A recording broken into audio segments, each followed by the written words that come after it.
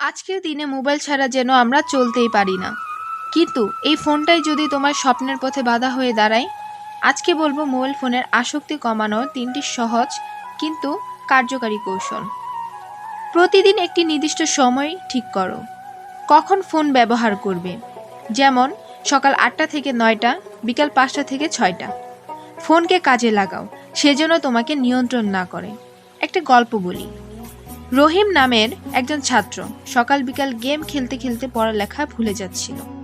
সে পরে এক অ্যাপ ব্যবহার শুরু করে, যেটা তাকে নির্দিষ্ট সময় ছাড়া অ্যাপ চালাতে দিত না।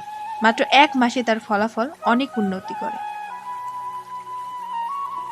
তোমার বাসায় বা রুমে একটা ফোন মুক্ত এলাকা তৈরি করো, যেমন বিছানা, খাওয়ার টেবিল বা পড়ার ডেস্ক ফোন রাখা নিষেধ।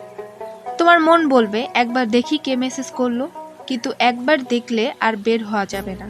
নিজেকে জোর করো না, বরং পরিবেশ বদলাও, মানসিক শান্তি আসবে। যখন ফোন হাতে নাও, আগে ভাবো আমি এখন কি করতে যাচ্ছি। যদি লক্ষ্য ছাড়া স্ক্রল করতে যাও, তাহলে থেমে যাও।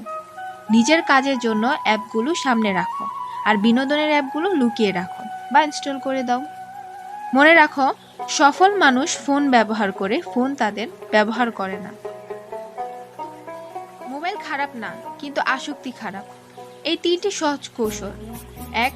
নির্দিষ্ট সময়, 2. ফোন মুক্ত এলাকা, 3. উদ্দেশ্য নিয়ে ব্যবহার তোমার জীবনকে বদলে দিতে পারে। তুমি কোন কৌশলটা আগে ব্যবহার করবে নিজে কমেন্ট করে জানাও। আর ভালো লাগলে ভিডিওটা শেয়ার করো তোমার বন্ধুদের সঙ্গে।